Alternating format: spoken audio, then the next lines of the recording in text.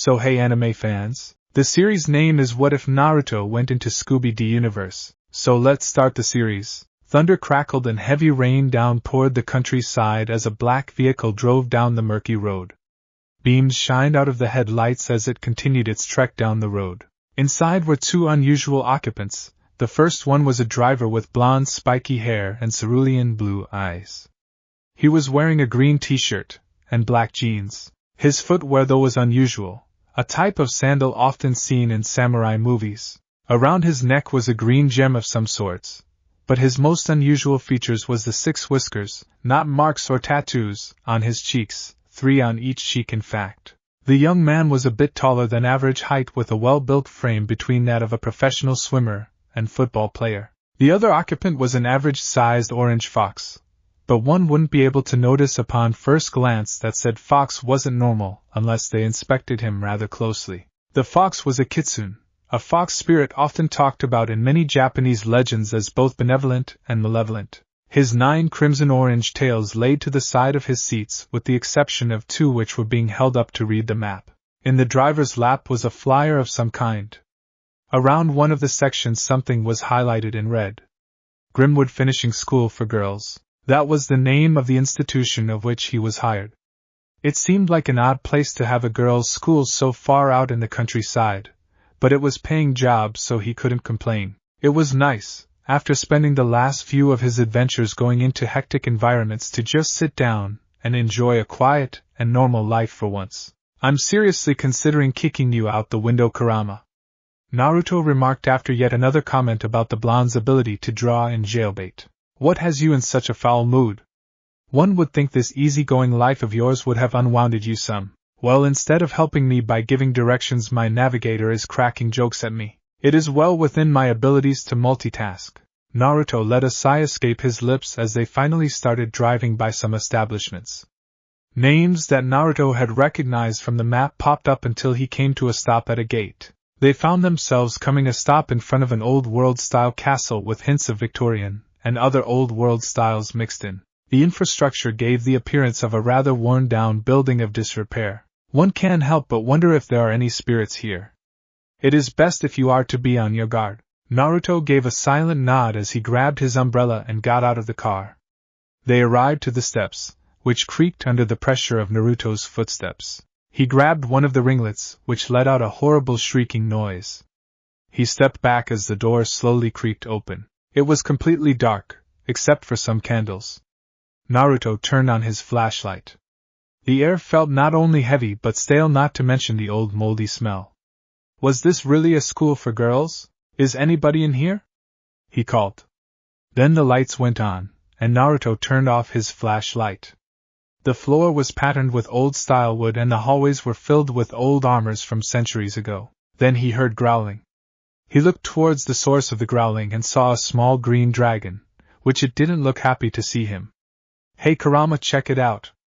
A dog-sized dragon. Looks small enough to be put in your pocket. A pocket monster? Here? Who knew? Both of them shared a laugh at this. The dragon growled at him, turned red. It took a deep breath and blew fire at Naruto, who jumped out of the way in time. He looked up and saw the dragon slowly approaching him. Suddenly a woman called out. Matches! Come here! Naruto looked towards the source of the voice, saw a slightly aged woman wearing a pink tattered dress, red cape, shoes with black hair with a headband, coming up to the dragon, aka Matches, with a rather stern look on her face. She walked up to it, wagged a finger at it. Bad boy, she said, and then looked towards Naruto, and her expression changed to a kinder look. I hope he didn't scare you, she asked. Not really, I was just more or less surprised, Naruto answered honestly. Whatever this school was, it certainly wasn't normal for housing a dragon. Matches is very feisty of strangers, but he's perfectly alright once you get to know him, she explained. She then walked up to Naruto. You must be Naruto, our new gym teacher. I'm Miss Grimwood, headmistress of this finishing school. Naruto Uzumaki at your service. He went to shake her hand, but shook the disembodied hand instead. I thought you might need a hand with your luggage, Miss Grimwood stated. Naruto smirked silently at the unusual pun. Right. he said as a wolf-like howl echoed throughout the castle. So where are the girls I will be teaching? He asked as a purple bat shrieking caught his attention.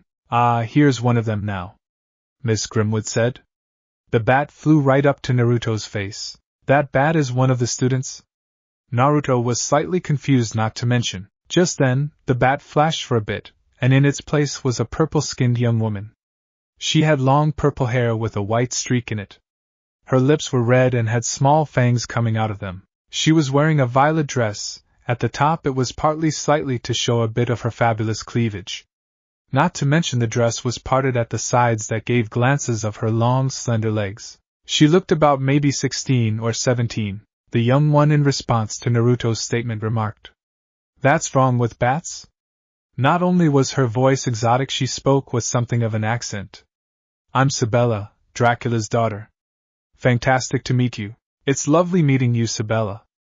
I didn't mean to suggest anything was wrong with bats, I was just surprised at all. Before anything could be said, a piercing howl could be heard reverberated throughout the castle. As it sounded through the castle, Naruto looked around for its source before he finally saw the originator of the noise.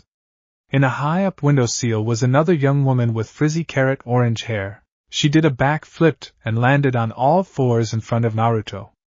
She was hairy, covered nearly from head to toe in fur. Her canines, the slight perturbing snout and her overall features indicating that she was a canine of sorts, most likely a werewolf. She was wearing a low-cut black top that showed off her arms and her ample bust as well. She was also wearing a pair of jean skirts that reached down to her knees. She was taller than the vampire and definitely a bit wilder, giving off the expression and aura of an athlete. A long bushy-looking tail swished behind her. Before Naruto could even respond, the girl was next to him, sniffing him. Winnie!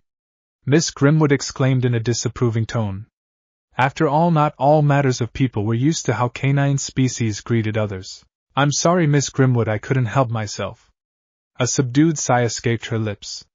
His smell, it's just so intoxicating, Winnie replied as she took in more of Naruto's scent. I'm sorry about this, Naruto. The headmistress apologized for her student. Winnie was always one of the more wild students, after all. No, it's fine. It's a canine thing, I understand. You must be the new coach. I'm Winnie the werewolf. She introduced herself with a toothy grin. I take it Winnie got into the sugar bowl again? A deep husky voice asked from behind Naruto. He turned around, and the last thing he expected to come across were these developments. This young woman by far was the tallest one yet. She was 7, maybe even nearing 8 feet in height. Her brow was slightly furrowed, and her bangs hung over her brows and framed the sides of her face, hiding the scars which showed how her face was stitched on. She was wearing a dark green dress that clung to her body with a figure that in most human cases would be impossible for her height. Be that tall, yet with that sort of thickness, did not happen often or naturally. Her hair, which was done in the square, was black and had a white lightning streak to it. Hi, I'm Elsa Frankatine, she said, extending her hand to greet the blonde. Naruto Uzumaki, was all he could say, shaking it as he took a moment to compose himself. Any hopes of things being normal was quickly going down the drain. Is the new coach here yet? Asked a disembodied voice whose tone neared a falsetto. Naruto nearly jumped with a head poked out from the floor. Soon enough the rest of the body came with her. The girl was a light blue, an almost see-through sort of blue, but yet not see-through. She was transparent, and wore something reminiscent of a tennis player's outfit. A black shirt with a white light through the middle vertical, and white skirt that came to her knees. She was wearing white tennis shoes as well, with a very slender appearance. Hey there, sugar, nice to meet you. I'm Phantasma. Sorry if I didn't give you a heads up, she said, laughing hysterically. So much for things being normal in this world. Kurama remarked. Naruto let out a grumble as one last girl was introduced. Hello, are you our new teacher? The last of them was the youngest by far and rather shy. A young girl, a mummy, composed of bandages, who was no older than about 13 or 14. Under her bandages one could see glimpses of lightish green-blue skin and thin short black hair. After the introductions, Miss Grimwood spoke up. You must tired from your journey. I'll have Han show you to your room, and I can introduce you to your colleagues tomorrow morning. With a nod, Naruto said goodbye to the girls and followed the floating disembodied hand. The sun rose as its glow illuminated the sky and spread its warm glow over the countryside. Despite the intensity of the warm rays, the dreariness of the countryside was painted in an ever-glowing of dark and stormy dreariness that blanketed the school. A rooster wakened and began its morning cawing. The noise of the prolonged cawing seemed to arouse Matches. Disgruntled, the miniature dragon spat out a hue of flames, lighting the rooster on fire and scaring it away. Bright and early, Miss Grimwood had already woken up, preparing for another day. She went about her morning duty of waking up the girls. "It's morning, Naruto. You should have already risen." Kurama nudged the blonde. Letting out a tired yawn, Naruto stirred and got up, stretching out his arms. "Ugh, I'm never going to get used to these constant time zone changes," he remarked with a yawn. After a quick shower, he got dressed and made his way downstairs. "Good morning, Mr. Uzumaki. I trust you slept well?" "Yeah, the bed was really comfortable. Though much could be left said about the smell. The girls are looking forward to this morning exercises." "You bet, Miss Grimwood," he replied. Naruto noticed all the Grimwood girls had all assembled in the dance hall, all wearing tutus. "So where are my coworkers?" he asked, looking around the room and noticing no one else was there. "Oh, they're on their way here. They went to pick up supplies for our school." "Oh, all right," Naruto replied, as with all pleasantries aside he was left with the girls. "Good morning, girls," he greeted them as they all gave their own form of greetings. "Is there anything you remember from your last agenda? I heard your last gym teacher had to leave because of personal issues in the middle of his instruction. Vel V left off right before V would have learned ballet." Sabella answered in that wistful accent of hers. "Ballet? I don't know much, but maybe I can incorporate what I know with the basics. Now I do know it takes flexibility and leg strength, so I will be teaching you girls how to meditate, do yoga, and a bit of martial arts technique that puts emphasis on the lower body." Naruto raised his leg even to waist and with a rapid jolt shot his leg out forward and immediately spun and shot out the other leg. Quick, precise, and often brutal if used on another opponent, and it connects. The focus and precision can serve you well. The girls tried to imitate, and between not using their bodies in such way or a lack of coordination nearly failed or trip. The only one capable being Winnie, as being a leak in her body was adapt for high-speed moments, and leaping. "Of course I don't expect you all to get it right on your first try," he remarked as he clasped his face. This was going to be a bit harder than he initially thought. "Looks like Naruto's got the ballet class started. Hand, put on a little music for them, will you, dear?" The disembodied hand then went over to a gramophone, turned the crank a little, and put the needle on the record. It then returned to turning the crank, making music start to play. "We'll start with something a little simpler. While traveling in a circle, spin several times in both directions, only stopping between each spin to rotate in the different direction. The sooner your bodies gets used to rapid movement, the easier it'll be for you all to adapt. Oh, V'll be in great shape when V take on those Callaway cadets at sports events," Sabella said. After a bit, the disembodied hand began to turn the crank more slowly, making Naruto and the Grimwood girls dance slowly along with it. Miss Grimwood then approached the hand, looking annoyed a bit. "Tempo. Tempo," Miss Grimwood said, wagging a finger at the hand. The hand let go of the crank, let itself get some rest before it went back to turning the crank, faster this time. This made everybody else dance faster. Elsa stepped on Tannis' wrappings at the same time she did a pirouette, making her wrappings come off a bit. "Oh," Tannis said. "Ballet really makes me unwind." She then did a pirouette on the opposite direction from last time, and rewound her wrappings. Meanwhile, nobody in the room was aware that they were being watched from outside. "I have made visual contact by scope," a boy's voice said. "Looks like those girls are performing some sort of weird ritual." "I'm not surprised," another boy's voice said. "It's Halloween all year long at that old Grimwood place." Several boys in blue military uniforms were monitoring the girls and Naruto through their window with a large scope. "Hey, they've got a new student," the boy looking through the scope. "A tall blonde thing with what looks like whiskers. Hey, let me see Miguel," a fat cadet said, grabbing the handles on the scope. "Careful, Grunt," the cadet monitoring the girls, Miguel, said. "That new scope has a..." But before Miguel could finish, the fat cadet, Grunt, made him drop the scope on Grunt's head, and the headphones clamp around Miguel's ears. "Trigger RRR," Miguel finished, shaking from the shock. The tiny cadet then looked off somewhere else, and saw something that made him get the older blonde cadet's attention. Todd, he said, poking the tall blonde cadet Todd's attention. It's Colonel Calloway. This made Todd turn in the direction Colonel Calloway was approaching then from. "Ten-shun!" he shouted, making all the other cadets, except Miguel who was shaking too much, salute. A man in a blue colonel's uniform with a sticking-out chin, big nose, and sticking-out mustache then approached. Presumably the person was Colonel Calloway. "At ease, men," Colonel Calloway said, making the cadets stop saluting. Colonel Calloway then saw Miguel, who was still shaking. "I said at ease, cadet," Calloway said to him. Miguel then put his own hands on his ears to try and stop the shaking, to little avail. Grunt then held him still to help him finally stop the shaking. Miguel looked at Grunt gratefully. "Thanks, Grunt," he said. "I needed that." Colonel Calloway noticed the bent scope looked through the end that usually picks up what users try to see. "I see you have been observing your opponents," he said. "Yes, sir," Todd said.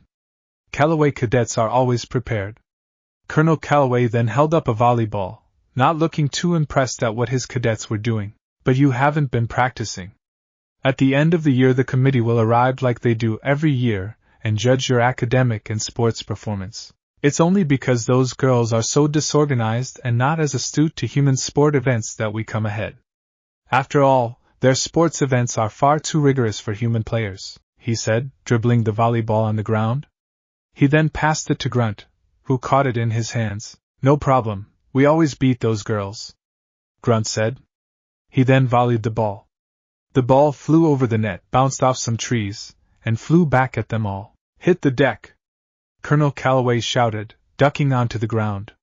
The Calloway cadets also dodged the runaway ball, which flies through the hedge into Grimwood's ear. "As you can see, sir," Todd said as Grunt helped Colonel Calloway to his feet. "With Grunt here and his dynamite arm we got them beat from volleyball to shot put, so I noticed," Colonel Calloway said, dusting himself off. "It's all in the wrists, sir," Grunt replied. You could use some work on your control," Colonel Calloway complimented. "Keep up the good work," he said, saluting before walking off. "Yes, sir," the cadet said, saluting. "Our ball is now in Grimwood territory," a tall black cadet said, pointing to the hedge behind him. "Recommend a recon patrol to retrieve it." "Good idea, Jamal," Todd said. "Front and center, Grunt," he said to Grunt. "Lead the way, Charge," Grunt shouted, running towards the hedge full force.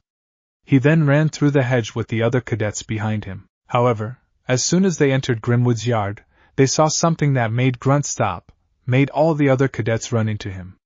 "Oh," he said. Matches was holding onto the volleyball, didn't look too happy to see the Calloway cadets. His tail turned red. "It's the Grimwood's weird guard dog," Todd said, pointing at Matches.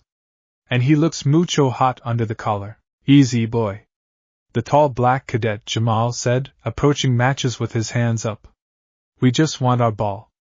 The answer was, however, ducking a fireball produced by Matches. "But I think he wants to keep it," he said, turning to run away. "Cadets, advance to the rear," Todd said, as the other cadets started running.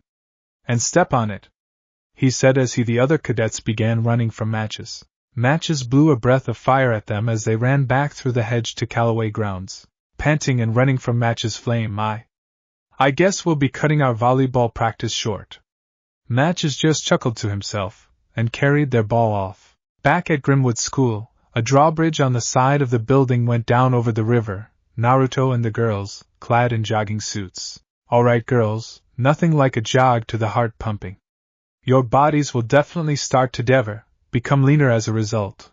Why did he always find himself in such weird and awkward situations? There's nothing like feeling the wind running through your hair," Sabella said, holding her hair in the breeze. "This is good for the heart," Elsa commented. "Mine are both beating fast," she commented as each step was accompanied by a small crater. Winnie let loose an energetic howl as she breezed through. "How you doing, Tan Ice?" "Great, Winnie," Tan Ice said. "I've got built-in leg warmers." Meanwhile, Matches was digging a hole in the ground next to the volleyball, obviously intending to have the volleyball buried. Naruto and the Grimwood girls then ran over him. Hey, if it isn't the little dragon, want to join us? Maybe some exercise will help you hit that most needed growth spurt. This, however, only prompted Matches to rear his head and growl at Naruto before continuing with his digging. Geez, sorry I ask, let's continue, girls, he said as he led them through the trees. Running through the trees will test your dexterity to keep running through uneven ground and test your reflexes. I just love running through the trees, Elsa said. Phantasma ran by Elsa, and literally ran through a tree. Me too. She giggled. Elsa ran past Naruto. Last one's a rotten apple, Elsa said. At that moment, an avalanche of green apples fell on Naruto, who rolled forward and stopped in a crouched position. Don't see that every day. Unless it's in a cartoon, one of the greatest discoveries Naruto ever made when he began his travels. Naruto grabbed an apple. Might as well snack on one, Naruto said, taking a bite. His left eye twitched as he looked at the apple. Okay, that's unusual. Tastes like it may be going bad. Sabella then approached him. Oh, these are crab apples, coach, she said. Don't you like them? They're fantastic. She then practically shoveled a crab apple halfway into her mouth before she sucked it dry. Oh God! Naruto thought as a part of him started to stand to attention. Think unsexy thoughts. Think unsexy thoughts.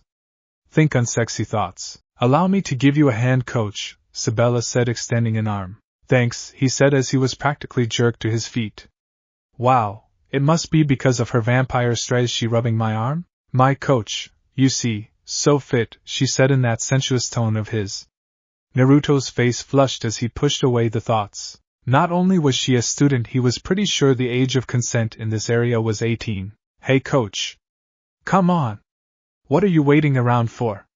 Winnie said as she ran up and started pulling at Naruto's arm to drag him forward. Naruto could have sworn he saw sparks flicker to life as the two girls' eyes met. Meanwhile, Matches was putting the volleyball in the hole he had dug and was filling it with dirt, when a voice got his attention. Matches! It shouted. Matches turned, saw Miss Grimwood approaching him with the disembodied hand, both looking very cross. How many times do I have to tell you, don't dig in the pumpkin patch, she said, wagging her finger at Matches along with the disembodied hand. We need them all for our Halloween open house, she said as the disembodied hand carved a jack-o'-lantern from a pumpkin. And you certainly can't carve that into a jack-o'-lantern, she said, pointing to the volleyball Matches buried. Now get rid of it, she ordered. With that, Matches dug up the ball and carried it off, grumbling. Meanwhile, the short Callaway cadet was filling a red balloon with water. He finished filling it. Here's another water balloon, Grunt, he said, handing it to Grunt. What are these for anyway, Todd? Grunt asked, handing the water balloon to Todd. It's ammunition, Todd replied. Check ammunition, Jamal said, writing on a clipboard. He then turned his head somewhere else. How's that new bazooka coming, Miguel? He asked. Miguel was busy assembling a bazooka. Patience, guys, he said. This is surplus. Some assembly is required. He then managed to get it out together. There, he said. Jamal. Todd walked over to him. Check bazooka, Jamal said, checking off his list. Grunt then approached them. Is this gonna help us get our ball back, Jamal? He asked. Check, affirmative, Jamal said, finishing off his list. Miguel then approached Todd. Maybe we should test this out first? Miguel suggested. Good idea, Miguel, Todd said.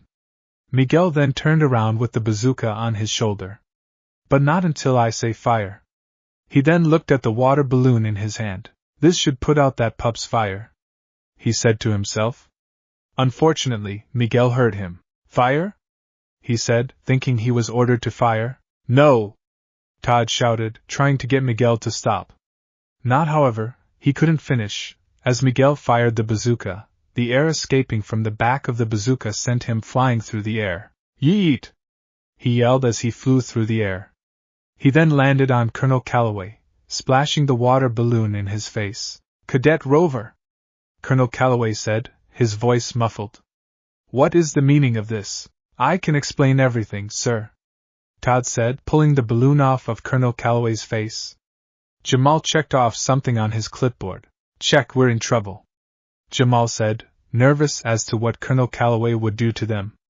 Matches, meanwhile, walked up to the hedge separating Grimwood School Calloway. He then volleyed the ball over the fence. The volleyball was missing in action, sir, Todd explained, so we planned a recovery action. Jamal explained. Right at that moment, the volleyball they lost bounced off of Colonel Calloway's head, landed in the short cadet's hands. I'm the one in need of recovery, Colonel Calloway said, rubbing his head. Now report to the volleyball field, at once, he ordered. Yes, sir, the Calloway cadets said. They then ran towards the field. Hup, hup, hup, hup, hup, hup, hup, hup, he shouted as the Calloway cadets ran towards the field. However, Jamal immediately stopped, handed Calloway his soaked hat. Your hat, Colonel Calloway, he said.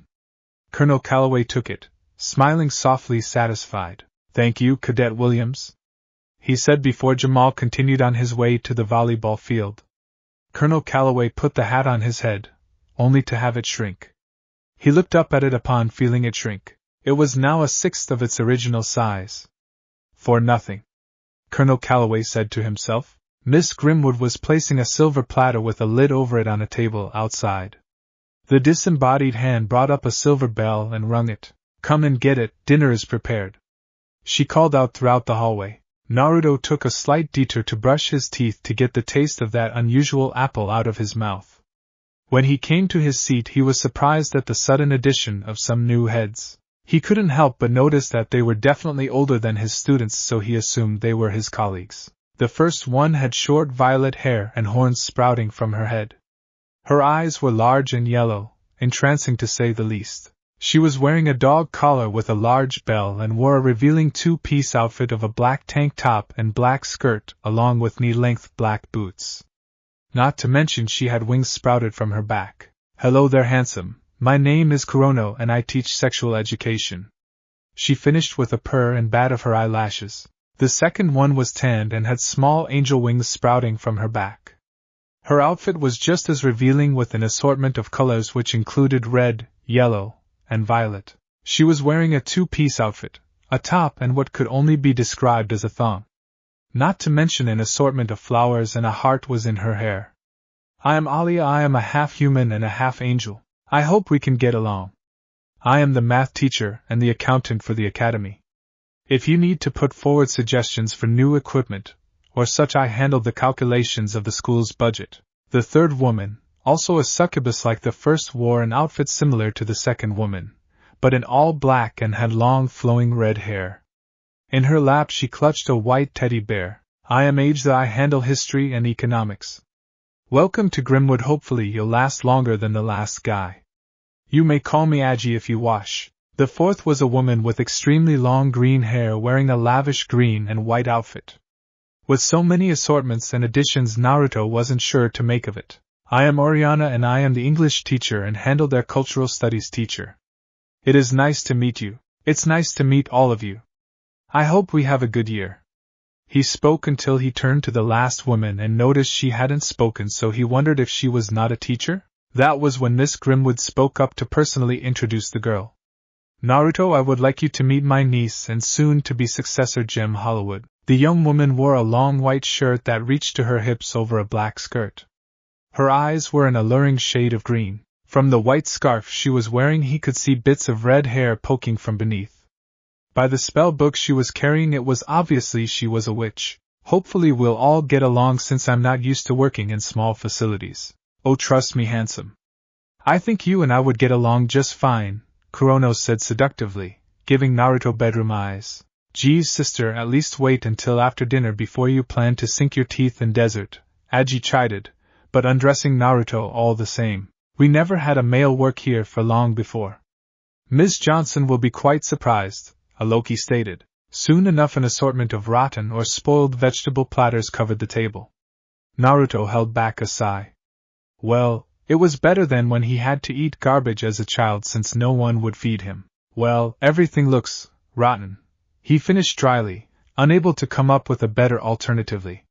He looked up and noticed he was sat between the two succubuses. Thanks, Sabella said. We do our best. Heh. Miss Grimwood Elsa then walked over to the garden that was situated right outside the kitchen. She picked up the corn, near the only fresh stalk in the garden, but every so often something fresh manages to sneak in. Miss Grimwood says as Elsa pulls out the fresh stalk, throws it away. "Thank you, Elsa," she said. "Well, Kit, not like anything you haven't had before," Kurama said as he hopped onto a vacant seat. "Hell, you can eat anything, not by choice." He nearly squealed as something brushed against his thigh. He turned to look to see Kurono giving him an innocent and curious glance. "Keep calm. Keep your self-control. Don't allow yourself to be pulled in." Meanwhile, unbeknown to anybody, a pair of plants with eyes was observing Naruto and Kyubi.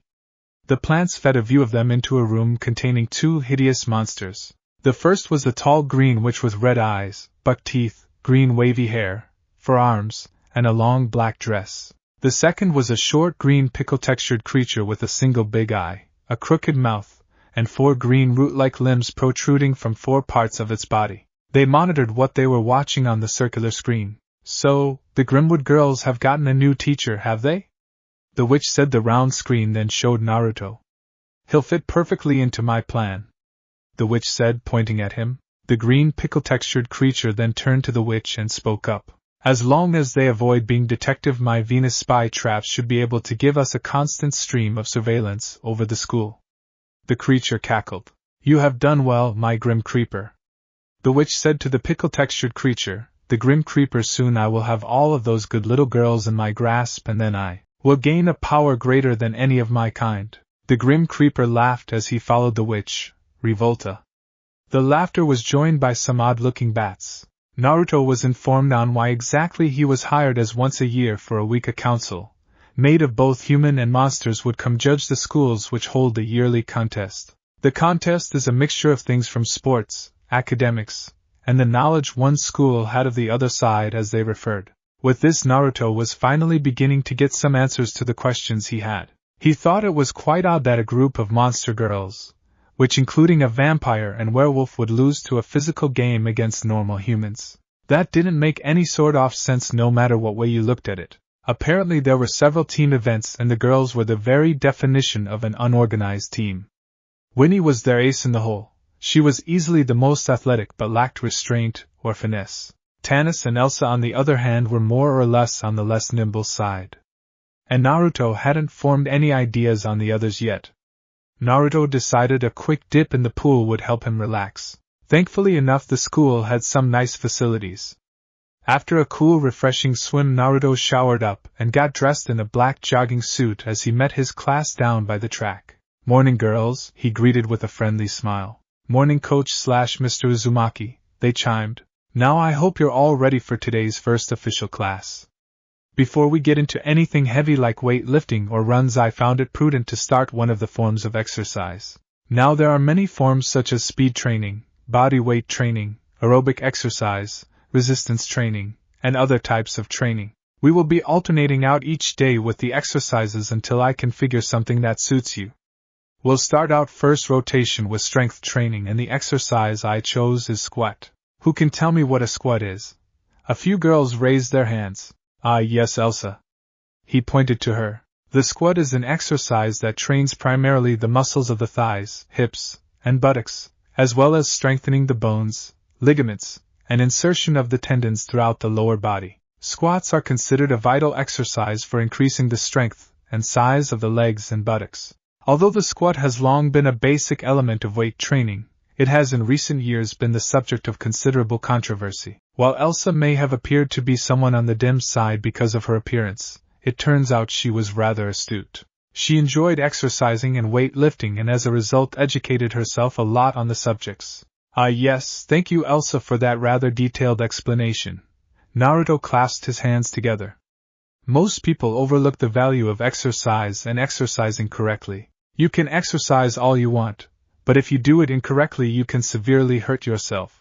Each type of exercise has a means of improving the part of the body. As a matter of speaking, as Elsa said, this exercise will train the muscle in your thighs, hips, and buttocks, but can injure your lumbar spine and knees if done incorrectly. So any volunteers to help me demonstrate? It helps if you're plenty limber. As he finished, Question Win was already up to her feet. She practically bounced over to Naruto with a toothy grin. Will I do, coach? I can practically stretch in every sort of position imaginable, she suggestively remarked with him as she flaunted her chest with her stance. Naruto shook his head, chasing away the thought. Naruto picked up one of the pieces of equipment, a 15-pound bar. This is the back squat, he started as the girls watched him attentively. He places the bar on the back of Winnie's body at the base of her neck, or in other terms lower across the upper back. Now to being, and he starts in a standing position in which Win is now. Weights are often used, either in the hand or as a bar braced across the trapezius muscle in the upper back. The movement involves bending the knees and hips to lower the torso and accompanying weight, then returning to the upright position. I won't bore you with all the details about the name of muscles, bones, and such. Winnie, if you mind demonstrating. The female Leakin gave a nod and bent her knees and hips and lowered her torso and returned to upright position with ease. The front squat is similar with the exception the barbell is held in front of the body. There are other squats as well, such as the body weight squat done with no weight or barbells.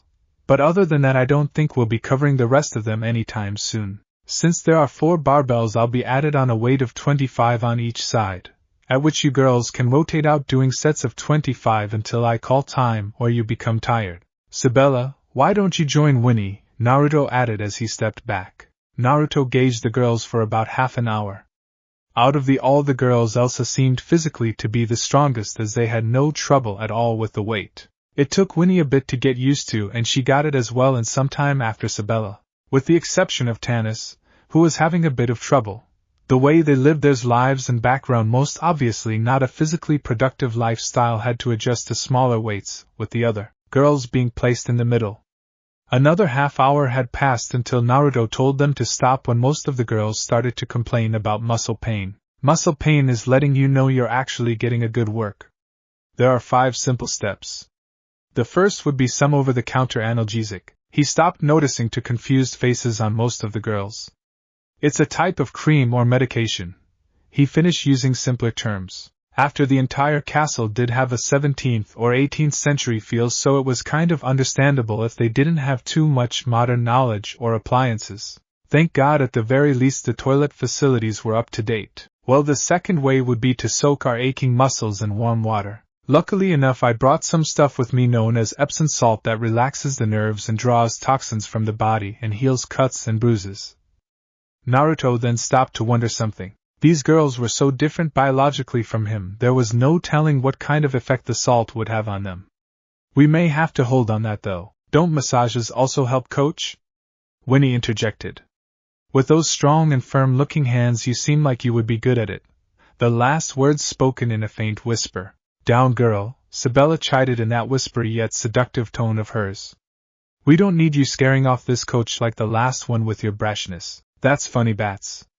As I recall, you were the wanted that wanted a little taste of his blood, as I recall, the Leakin retorted.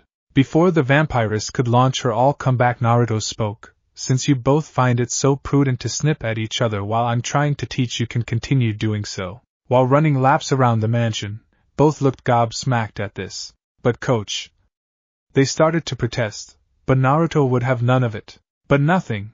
I came here to teach, not to break of bickering between 2 teenagers. And don't even think about trying to sneak away. With a snap of his finger, a human-sized puff equivalent to his size materialized. Out of it came a copy. The girls looked at the second Naruto. This is one of my techniques. I'm not a normal human being, or not much human anymore, to be honest. This is a shadow doppelganger made out of chakra. Everything he knows I learn upon dispelling. So if he catches you girls doing something you're not supposed to be doing, I'll know. And if any of you are thinking of running interference, don't bother. I can make up to 1,000 of them with ease at a time. The more mischievous of the girls paled at this. So much for having fun at the expense of their new teacher.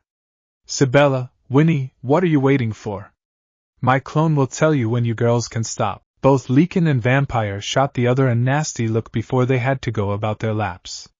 Not wanting to test out their gym teacher and discovering any more surprises. Are they also like that? Naruto asked, turning to the frank teen Elsa. Always, she said with a sigh. Those 2 have been doing at it as far as I can remember. I think it's a vampire and werewolf thing. Naruto nodded his head. From movies to literature encompassing his world and the next vampire and lichens always seemed to be closely connected, from coming to the same source to being mortal enemies as to where only a creature from one side could kill the most powerful of the other who had evolved beyond the conventional means of killing creatures from that race. Hey coach, mind if I hit the water? I'm feeling a bit dry, Marion, the sea creature spoke up. Marion had a condition like most sea creatures where she couldn't stay out of the water too long, especially when physically pushed. Just like Heat, whom he was told didn't do well in cold weather for obvious reason. Sure, go ahead. I'll send a cage bunchen later with a list of things the rest of us cover while you're taking a soak. Thanks, coach, she said, flashing him a grateful smile that looked rather predatory. Naruto exhaled as he tried to keep his wits about him. Of course it didn't help when Kyuubi popped up from behind the bush holding a sign. He doesn't have a thumb? How the hell is he holding up a sign? Naruto thought in amazement. You girls go on ahead and jog back to the mansion. Take a small break, and when I get there we can begin the next exercise. With an okay coach, the girls walked back in the mansion, or in Phantasma's case floated. Since she was a phantom she could not build muscle, nor did she have limited stamina. It was going to be a pain in the ass trying to figure out how to teach her. Not to mention he hadn't even began the other girls' cases. Kit! I heard you, you bastard. What do you want, Kurama? Naruto, answer me this honestly. Are you retarded? The kitsune asked as Naruto frowned. Go to hell, Kurama, the miniature Ninetales snorted. I'm talking about the vampire and werewolf chick. Did you not see my fucking you, or is this another Hinata situation? Because the fact that even I knew before you did shows how unobservant you can be. You're a dick, Kurama, why did you bring that up?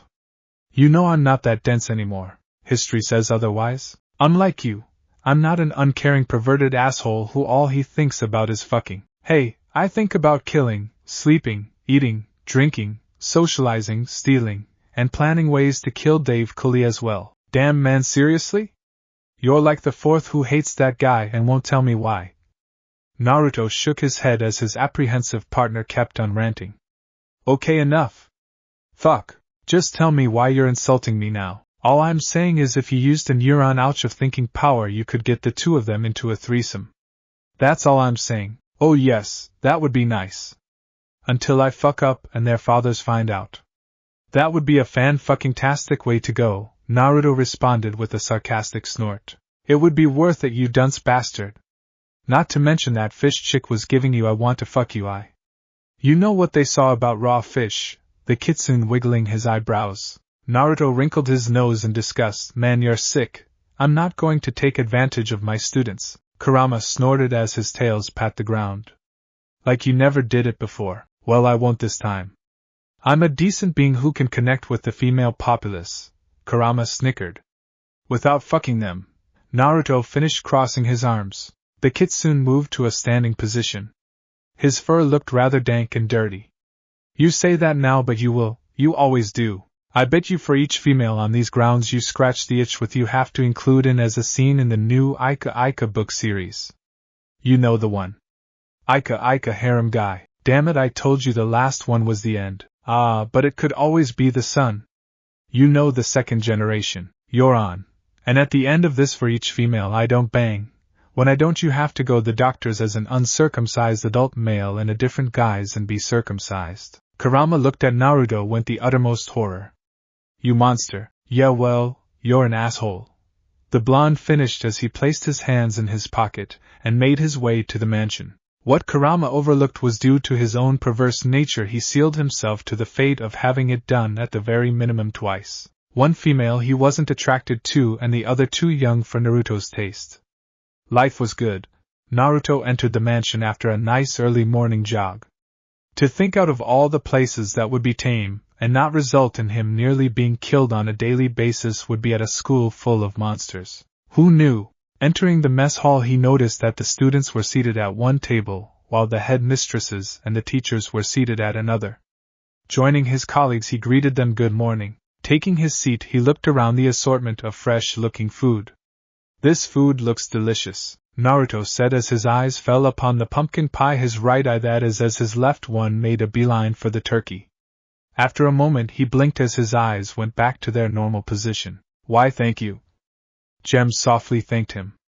Naruto had a few interactions with the Quiet Witch who from what he could tell was rather shy and reserved. In a way sort of like a red-headed version of Hinata. Red-headed version of Hinata. Naruto thought as he once more went into one of his more interesting fantasies. You know what they say, heroes loved redheads. Eat as much as you like, Mr. Uzumaki. Miss Grimwood motioned towards her niece.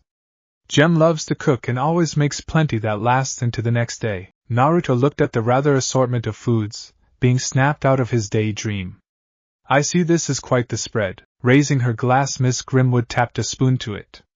I would like to be the first to officially welcome our newest addition to our little family at Grimwood. Naruto blushed, and sheepishly rubbed the back of his head as everyone clapped. Before your arrival, Gem helped our students whip up something. Who would like to go first? She asked as she looked upon the pupils of the school. I'd like to go if that's all right, Mississippi Grimwood. Tanise volunteered. Of course, Tanis. Mr. Uzumaki, would you like to try my salad? She asked cutely, holding up a leafy salad with chopped tomatoes, lettuce, croutons, bacon bits, and salmon. Most of the ingredients seemed fresh, except the salad that looked on the spoiled side, but hell, if he could survive Konoha's poisoned garbage as a child for a few years, a little spoiled lettuce wouldn't kill him. God, at least I hope so. I could imagine it now. Naruto could see it now. An open casket funeral where friends and family were all gathered and grieving. His former boss at the teaching academy Koinshi and Kurama walking up to the coffin. So you say he died by poison lettuce? The dark-skinned man asked as the kitsune nodded. Yeah, part was he didn't even get laid by one of the monster chicks. A mixture of an idiot and chaste hero thing he had going on. Ha! Poor bastard. Apparently his stomach started to rupture, and he cried out in pain. Want to sell his stuff and go to the strip club? Do you even have to ask? Bastards, the blonde thought, then realized everyone was waiting on his answer. Of course, Tanise. Taking a fork, he scooped up some salad and placed it in his mouth.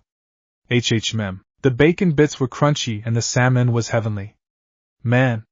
If all salads taste like this, I would have them lunch every day. Well, Mr. Uzumaki, if you like Tanise salad, you should tomato soup. It's simply to die for. Sabella said, bringing over a soup. Taking a spoon, she brought it to her mouth and gently blew it. She then held it to Naruto's mouth. The taste is simply fantastic, and guaranteed to have you as skinny as a twig in weeks. Oh, I'm sorry, Winnie, we all don't have the metabolism to stuff ourselves with a barrel full of meat. I only need a certain dose of blood to remain healthy, but that's just my metabolism. What was that, Bats? You want to start something? Winnie challenged as a low growl escaped her lips. Girls, that's enough. What have I told you about such behavior? Mississippi Grimwood chided as both girls' shoulder dropped. Sorry, Mississippi Grimwood. They apologized to the headmistress before shooting each other a fierce look. With one hand, Naruto took a bite of salad using his fork, while using his other hand and taking a sip of soup with his spoon. Oh man, this beats the peanut butter crackers and Twinkies on the drive up here. Now who's next? I hope you have a hefty appetite, coach. With a clang, a nice juicy steak was placed in front of Naruto courtesy of Winnie. After being handed a knife, Naruto cut a piece and found it quite tasty. So what's next? He asked, a bit more excited than he was initially. A Frankentine special pumpkin pie. Elsa exclaimed proudly as the rather green pie was sat in front of him. Shrugging, Naruto took a chunk out of the fork and simply ate it. It was chewy but eatable nonetheless. Ooh. My turn, Fanty declared in a high-pitched tone as she placed a bowl in front of Naruto. Naruto began to sniff, choked up. Coach, you okay, Mr. Uzumaki? Is something wrong? I can't believe this. Miso ramen. Naruto cried out joyfully as he had to stop himself from inhaling the bowl. With spoon in hand, he took a sip. And another one. And another one. And two more. And he kept on going. Oh man, old friend. I thought I'd never see you again, he said, barely able to contain his joy. Fanty giggled at Naruto's antics. I'm glad you like it, she said, oblivious to the glares being sent in her direction. You girls can go back to your meals now. We have something we need to discuss with Mr. Uzumaki. Yes, Miss Grimwood. The girls chimed as they went back to their table on the other side of the room. Now it's time we settle the matter of scheduling. Miss Grimwood stated as Naruto looked at his empty bowl of miso ramen with a pout. Wait, schedule? Yes, we have to make some adjustments due to the fact we'll be down one instructor. I got word last night from Miss Robinson, and she won't be joining us. The poor dear has come down with a rather ghastly injury during her vacation last year, and won't be able to return this year. Looked like this coaching job was going to be more involved than he initially thought. Okay girls, I've gathered you all here to explain 3 new developments. Naruto started as he passed out a sheet of paper to each girl. They were in one of the school's classrooms, which really needed some work. Monster school or not, rotting floors, cracked windows, and shredded curtains was a bit much. Since the teacher that was supposed to teach you girls how to socialize and blend in with humans has been diagnosed with an illness, she won't be arriving this year to teach you. So after much conversing and thought, I'd been chosen to be your new social and human skills teacher, or whatever the devil the class is called. Secondly, during the course of this year we're going to be playing a game of sorts. The rules will be explained along the way. Behavior and performance impacts how well you do in this game. The one with the most points will win the prize of one request from me. You can have any wish, ask me to tell you anything or get you a particular or rare treat within reasonable limits. This is explained in more detail on your papers. And lastly, I'll be mashing together class periods at time where I will be spending one-on-one time with you girls where I'll try to better understand how to train you girls or fill you in on certain knowledge you missed out on. Any questions? He asked as Sabella's hand shot up. Will we be traveling any during the course of this year? Well, field trips haven't really crossed my mind.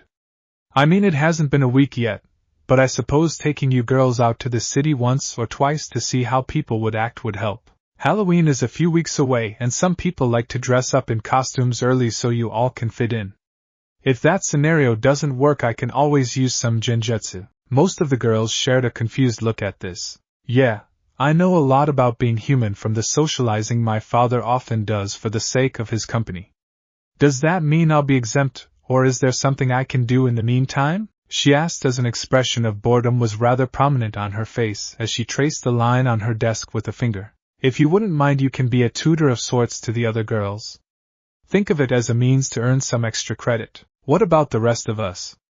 We can earn extra credit as well, right? Naruto's eyes trailed to Elsa. Don't worry, Elsa. Everyone will get a fair chance. He then clapped his hands together. He went over the desk and picked up a book he had brought to begin his first lesson on teaching the girls. Alright girls, we'll hold the rest of the questions until after class. Now I'll begin teaching you girl your first lesson in Aika Aika. Why? Naruto's head damn near snapped as he turned his head to the book he was holding up. How the hell did that get there? Sure enough, Kurama's ass was responsible. His head popped up in the window, and he was holding a sign once again that read, "Got you, Uzumaki." Naruto was not only pissed but confused. Pissed because that bastard now put him in a spot where once he hid the book or changed the subjects the girl would probably be curious about it, and it could lead back to the rest of the faculty. Confused because once again Kurama was holding up a sign without thumbs. "We're on the 2nd floor. What are you standing from?" he mouthed to the laughing Kitsune, whose eyes widened and he began to fall. "Treats you right, you bastard." Naruto turns his attention back to the girls with a nervous grin. "Ah shit! How am I supposed to get out of this one? You want me to what?" Naruto cried out as the red-haired busted succubus suggested he do something highly inappropriate to help demonstrate something during her sex ed class. "I'm afraid there was a bit of a mix-up," the red-haired succubus replied nonchalantly. "The cadaver is rather old and rotten. I can't teach the girls with it missing the vital parts, you know." Naruto's face scrunched up like he was standing next to a person that been bathed in skunk puss. "I'm sorry, what now?" After the little incident with the Aika Aika book, he doubled his efforts of being cautious as to not be pranked by the Kyuubi again. Thankfully enough, Naruto was able to convince the girls the book was about human cooking practices, so they quickly lost interest. "Well, I mean, it's not like we have technology or that we can just go get a corpse." "Whoa!" Naruto cried out, interrupting her and waving his hands frantically as he repressed a shiver. "I really don't want to know. God, I really don't. But come on, isn't exposing myself highly inappropriate? I mean, they are teenage girls." "Oh, you silly man. You're thinking of human standards. Us monsters are far more lax when it comes to education. Besides, it'll be in a controlled environment. It would be different if you were trying to elicit sexual favors from them in a position of power in an offensive manner to their monster heritage. Okay, everything isn't completely off the chart and offensive to their monster heritage? I'm not even going to. Before Naruto could finish, he was hit with a very powerful and alluring charm that caused his mind to go into a haze. When he finally came to, he found himself in a classroom. He looked down to found himself chained in a chair wearing nothing but his boxers. Damn it! Not again! He cried out in his mind. When in the hell did Anko get here? Though his thoughts were interrupted when the sound of his students' voices was heard from outside. Did you hear?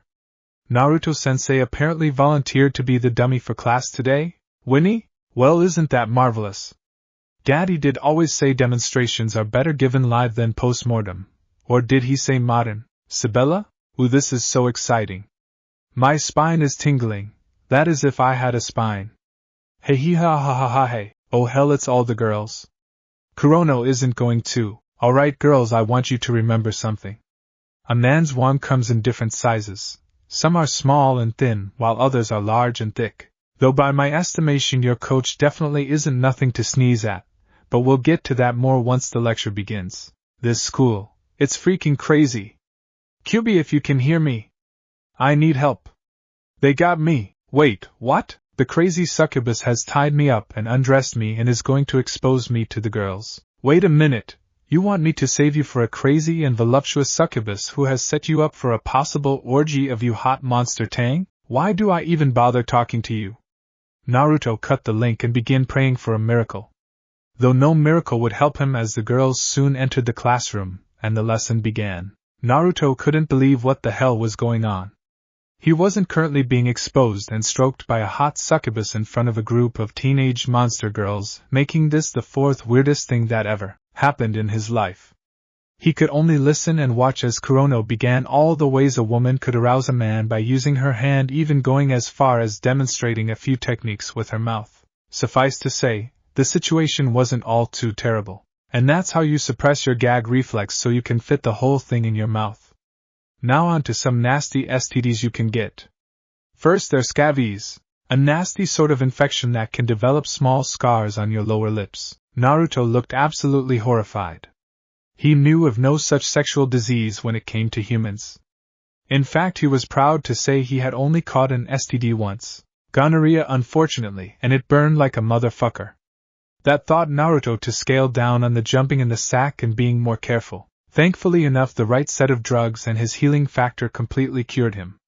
At least he didn't catch a combination of syphilis and crabs like Omali did. And then there is munities.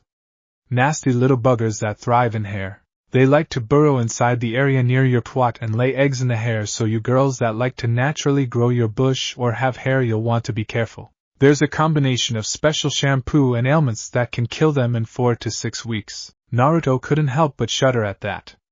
Though considering most of these girls had monster heritage, it figures monsters would need stronger STDs to be infected. Now that he thought about it, when it came to manga, anime, animation, literature, or just about anything in human culture, such diseases were never mentioned in connection with monsters. Yes, sure, they had weaknesses and means to kill them, but STDs and such were never brought up. It was always humans being killed by such things. One by one the succubus listed off various nasty little mood killers until Naruto found himself limp. He doubt even one of Kurono's tits smacking him in the face could wake up little Naruto. Now who wants to practice their HJs on Mr. Naruto here while he's volunteering? Naruto's head snapped up so quickly he had to briefly mutter an ow, and considered going to the doctor for a possible pulled muscle. Woman, are you out of your... Kurono's hand quickly clammed over Naruto's mouth. The blonde finally knew what it felt like to be an injured zebra cornered by hungry lions. Sexy teenage lionesses that had a hunger for learning. Yes, learning. I see you're admiring my niece, a seductive voice called from the doorway. Kurono, we need to talk about what happened. Yes, talk, champagne, she asked, mysteriously materializing a bottle and 2 glasses out of nowhere. I don't appreciate what you did. You used my body against my will and invaded my personal space. I ought to report you too, well, whoever the hell deals with these matters. Have you no shame at all? With each statement his voice began raising until he noticed Kurono's face fail. Oh heavens, you're right, I'm a horrible woman, dreadfully horrible. How can I live myself? I'll throw myself in prison. You'll never have to deal with me again, she cried out, working the tears and looking pitiful. Naruto wanted to be mad. He knew just what Kurono was trying to do. Or what he thought she might have been doing. Damn it! Why did he have such a soft heart with women? Look, okay, I was mad, but maybe it wasn't that big of a deal, okay?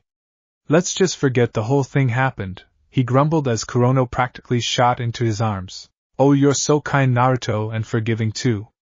It won't happen again, I promise, she said, pressing her face into his chest to hide her grin. Yeah, okay. So you said the girl in the picture is your niece? Yep. Lil Kuruma-chan. She's the daughter of my older sister Uchiha and attends Gakuen Academy out east. My first name isn't Kurono. It's actually my family name. My first name is Camilla, I just go by my family name. But enough about that, I suppose I should get on with my apology. By apology. Holy crap, is Camilla fondling my crotch? Naruto let a moan escape his lips and mentally cursed. God damn it. Where's my pad and pen? The blonde thought, already knowing he was about to fail the bet, and have to start writing Ika again. But at least in the way he was failing was in the most spectacular way possible. Hello there, Naruto, do you have a minute? A soft melodic voice called out to him. Huh? He looked up and noticed it was one of his colleagues, Alia. That was her name, and if he was remembering right, she was in a film. Oh, hello Alia-san, is there something I can help you with? Actually, there's something I should warn you about. There have been a lot of disappearances as of late. So far the disappearances have been relegated to species like ogres or such, but I thought I should warn you all the same. Thank you for your concern. He contemplated her words for a moment. Is there any clue to who's behind the disappearances? No, at some of the attack sites they did manage to find some reptilian scales. Whatever it is, it's something strange, something new that hasn't been encountered yet. Well, I'll keep my eyes open. Anyway, it's about time for me to begin my class, so maybe we can catch up later. Once again, thank you for the warning, he said, bidding goodbye as he went to get the gym equipment, and went down to the field to set it up. Once his students arrived, he began instructing them. Now we're going to briefly go over a few warm-up and hurdle exercises and briefly go over the relay as well. Now this first exercise is the high knee lifts, taking the hips tall position, alternating legs, while driving up the knee up as high as possible while joking. Then you gradually increase pace from walking to jogging, he said while demonstrating. Do 3 reps for about 30 meters, then switch to the other legs. I want you all to do high knee lifts for each legs 5 times. Naruto watched as each of the girls went about doing the exercises, and he really wished they didn't have gym uniforms, or if they did, it didn't consist of knee-length skirts and casual white tops. Most of the girls were doing fine. Elsa needed a bit of help, while those like Winnie were a bit more limber, though Tanis and was definitely going to need more work thanks to her biological condition. As they finished up the exercise, Naruto went on to instruct them in skips. Remember, keep your foot flexed, he instructed as he flipped through the pages of his book until he came to a particular one. Aw crap, he softly murmured to himself. I'm going to need a volunteer for this next one, he said as Winnie practically teleported next to his side. Damn, this girl is quick. Ready when you are, coach, she responded with a confident, toothy grin. Okay, now face me and place your hands on my shoulders, he instructed as he noticed something different about his student. Her hair was less frizzier than normal, and did he smell shampoo? Okay, now this is the takeoff sensation drill. Now I'm going to instruct with each how to do this so you can practice with your teammates. Now after facing your teammate, you hold their leg just below the bent knee, he said, picking up her leg and holding her knee as she leaned forward. He was surprised by how soft her leg fur was and had to suppress a shudder. Damn it, Uzumaki, keep yourself together, he thought as he gradually took a backward step, lifting her leg knee as he informed her to lean forward, only for her to fall over against him. Oops, sorry coach. I guess I lost my balance, she said, brushing a strand of hair from her face as her cleavage continued to press into Naruto's chest. Right. We'll work on your balance some more than later. So you go join the others, he instructed, letting down her legs. Alright, Heat, you're next. You're absolutely shameless, aren't you? Sibella challenged as Winnie continued to grin. What's wrong, Bats? Jealous? Of you? Hardly. I don't find it necessary to throw myself at our coach shamelessly. You guys know if you keep this up, coach will have you running laps again, Fanty said as the two monsters shot her a glare. 0000000000000. Elsewhere, flying through the graveyard only to crash into a headstone, was a large beast. It had black fur, glowing red eyes, and moved with unearthly speed and strength as its odor mixed with that of death itself. What are you, beast? The supernatural dog snarled as it tried to stand on its legs. The creature only seemed to hiss in response. Curse you to the pits of hell, as it once more tried to attack the beast only to be slashed with its tails. Whatever the beast was, it was immune to the hellhound's death stare. Throughout its centuries of afterlife, the creature have never met such a beast. Decades of hunting down basilisks or tracking Hydra, this beast could not be identified. Though before the hellhound could attack again, the creature unhinged its jaws and launched at the canine, swallowing the demon dog whole. Excellent, my pet. Now it's time we head to Japan for the next mark. The Council of 15 is still unaware, but that will only remain that way for a short time. I need a patsy. Maybe I should contact that witch my cousin told me about. Hell. That was the only way to describe what Naruto had been feeling the past few days. Why the hell did he assume that an all-girls school would be a good place for employment? For heaven's sake, he should have known better considering his life. And those damn provocative daydreams weren't helping matters either. As such, he hadn't been really getting so much sleep the past few days. He was grading papers at the moment, rubbing the sleep out of his eyes with his thumb and fingers when he began drifting off again. You seem so stiff.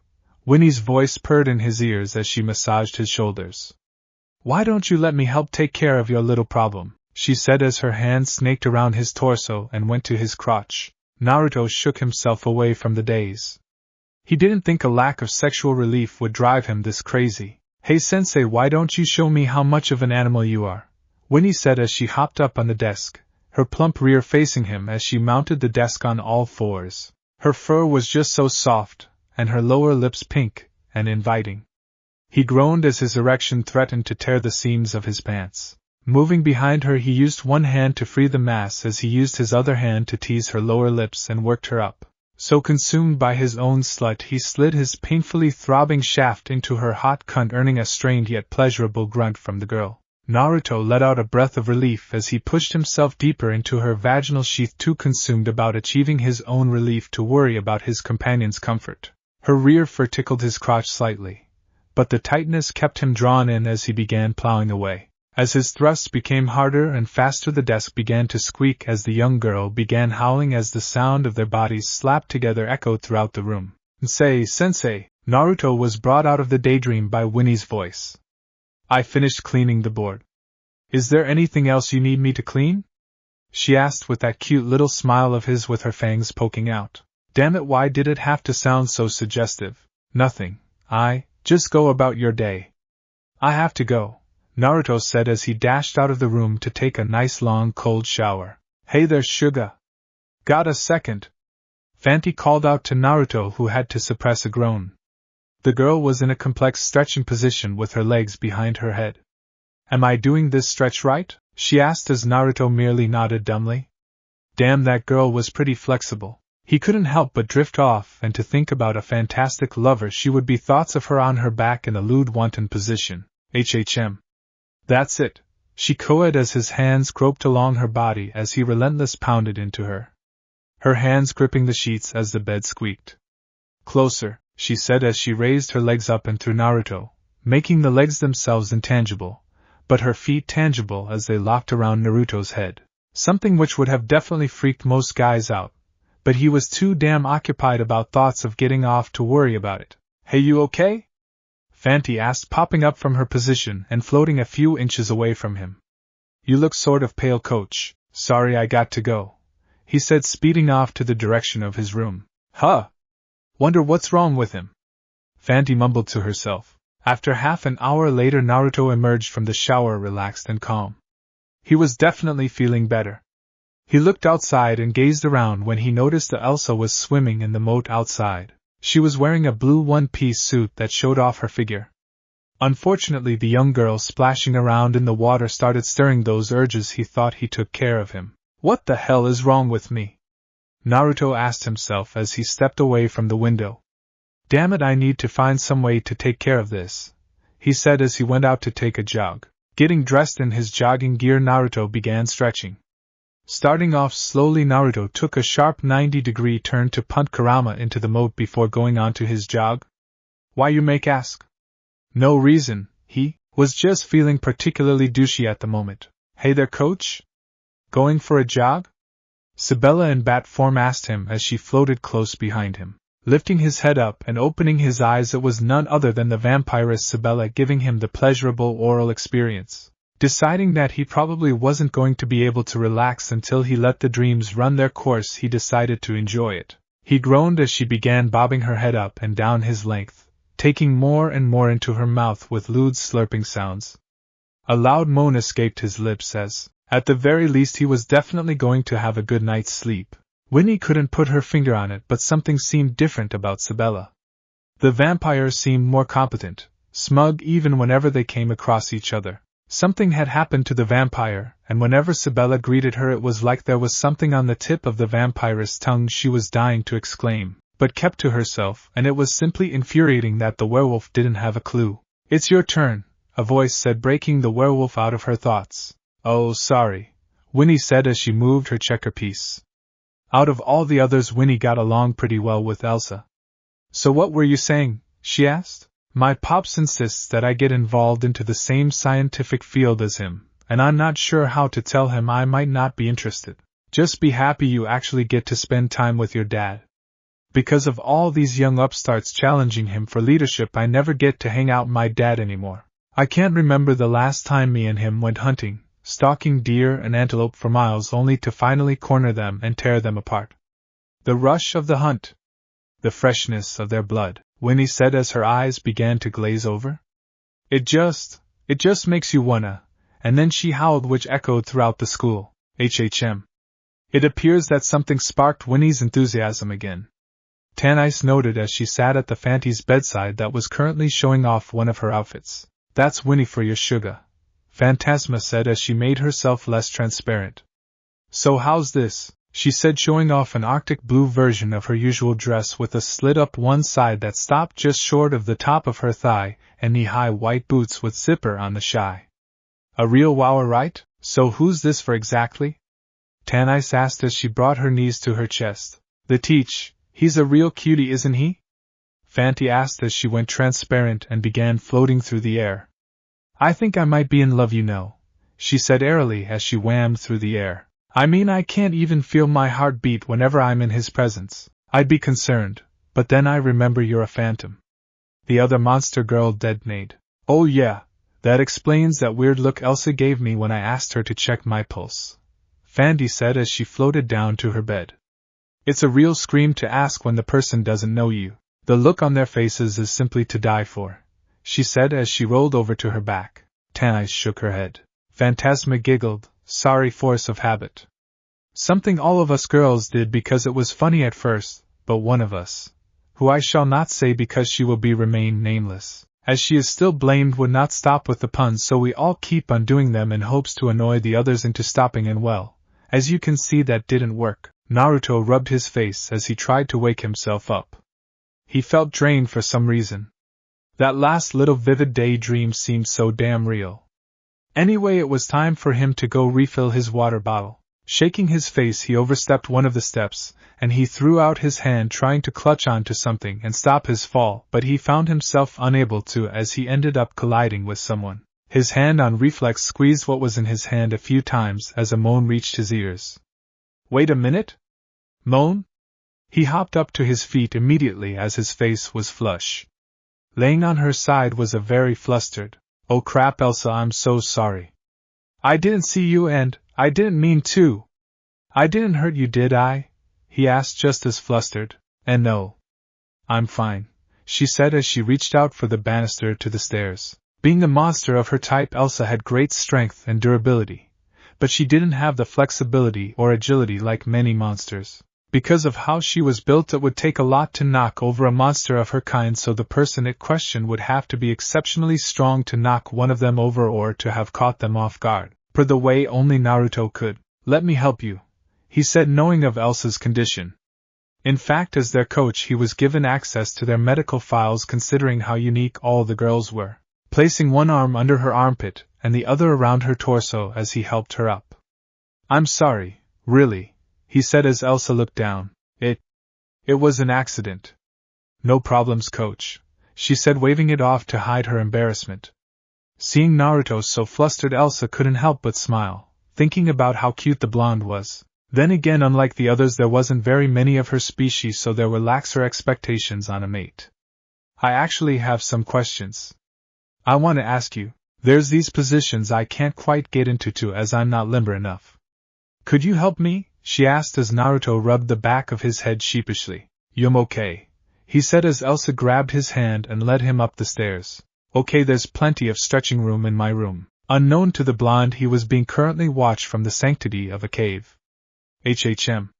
That human is more resistant than I thought. It looks like I'll have to double the amount of his dosages if I'm going to sway his dreams." Revolta grumbled to herself as she began working on the potion. The pickle-like creeper pushed the necessary potion ingredients to the forefront of the table. "The girls seem to fancy him, so he'll be the perfect bait," she thought as she brewed the potion. Once it was ready, she summoned one of her pet bats, and gave it the command to pour the contents into the blonde's water bottle. As long as the other bat was keeping an eye on the blonde, she would be able to watch the blonde's every move through its eyes. And with that, she was one step closer to achieving her goals. "Hey coach, sorry to drop in on ya," Winnie greeted with a cheeky grin. The two were currently outside where the werewolf happened to have fallen on Naruto when she was leaping down from the tree. "Yeah, do you mind getting off me?" he said, feeling the heat of her body and feeling of his bosom were bringing about those damn vivid daydreams and messing with his concentration. "Oh, sorry about that," she said, doing a back flip into a crouch into all fours before standing up. "So what's today plan?" she asked, hooking her arms under her chest as her tail waved cutely side to side. Naruto paused and thought about it. Winnie had a lot of stamina, was quick, and had aptitude for being acrobatic. Not to mention she was probably used to tough terrain, and would have excellent breath control due to the speed and distances that most Leakin would hone after years of hunting prey.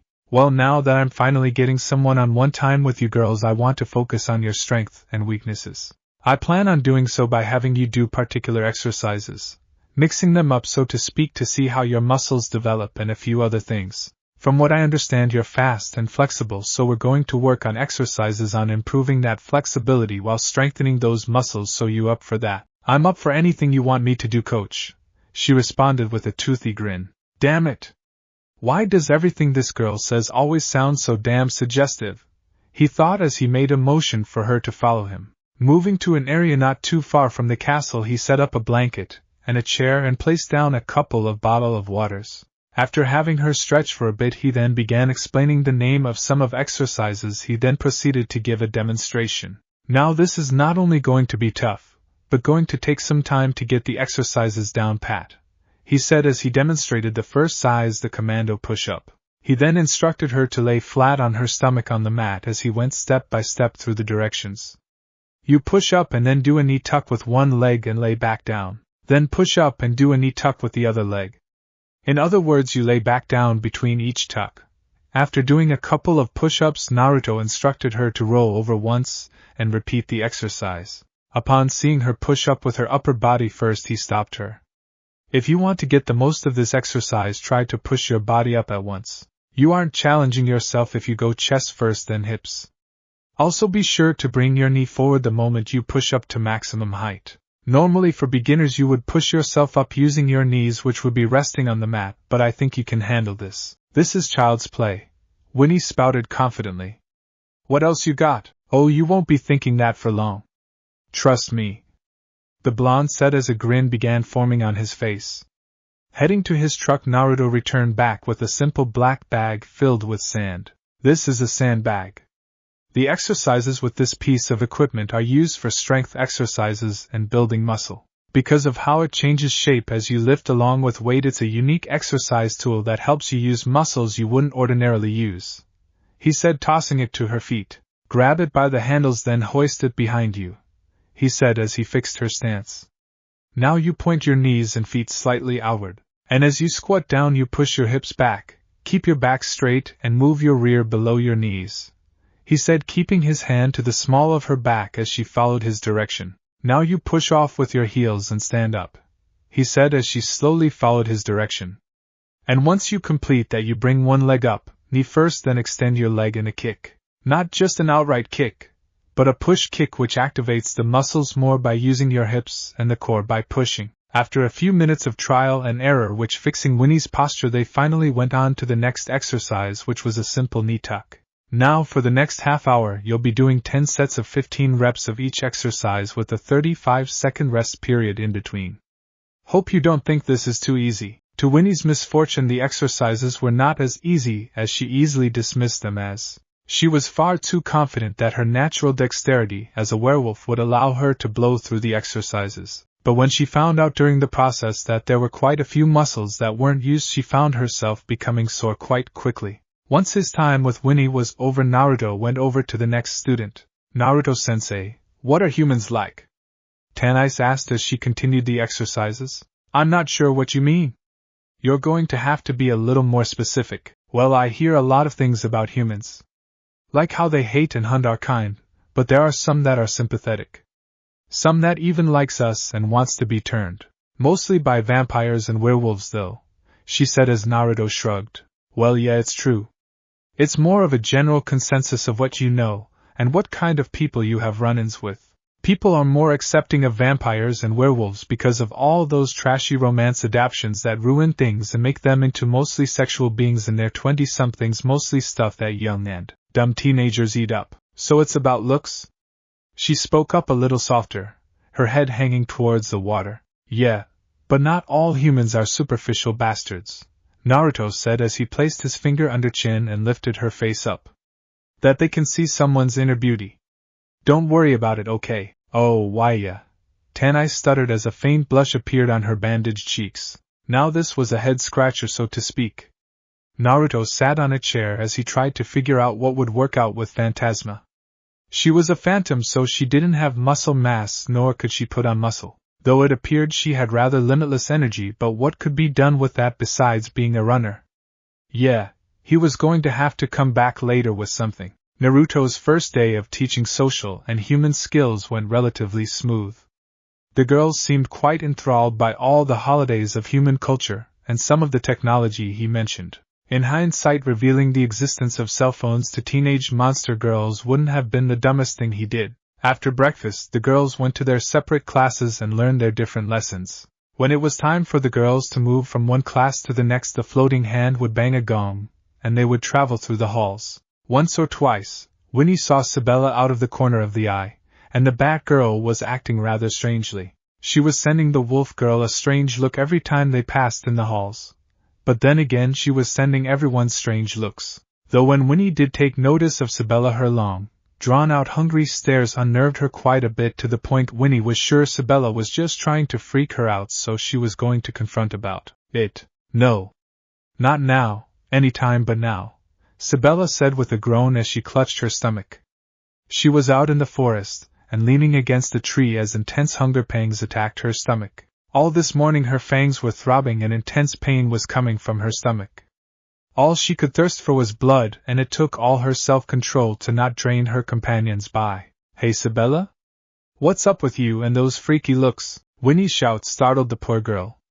No, she whispered, her face going paler than usual as the thirst was growing too strong. Get away, before it's too late. What was that? What the hell are? The orange hair didn't finish her statement as the vampire lunged at her. Winnie dodged to the side as Sabella's claws narrowly missed her throat. You crazy bat. What the hell is your problem? She demanded with a snarl, which was cut short when she noticed Sabella's eyes. They were red and the bloodlust rolling off her was intoxicating.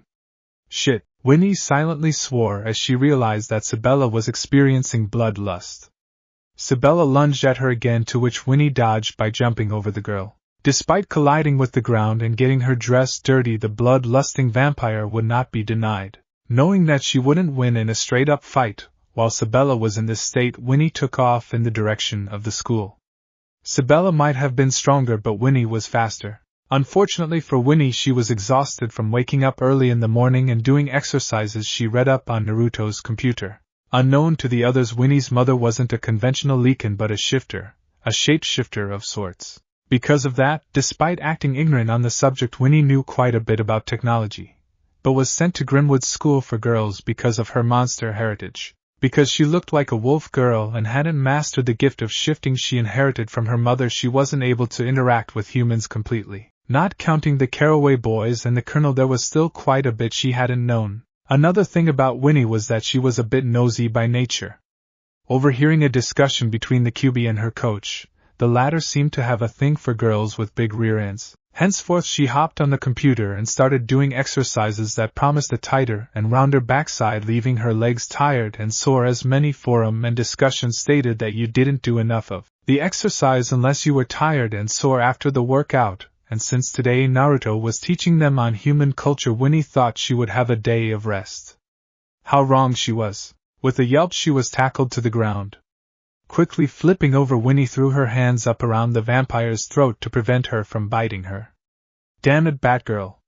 Snap out of it! Winnie tried to get through with Sabella, who fought against Winnie, her mouth edging ever closer to Winnie's neck. With Sabella's nails dug into her hand, Winnie let out a roar as she felt her arms giving away from the pain.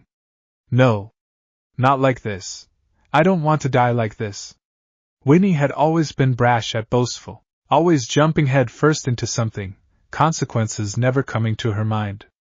The same girl who always laughed at the notion of fear now knows what the notion was, but she wouldn't give in to it. While others may have begged or cried, Winnie was a fighter and was determined as hell to fight to her last breath.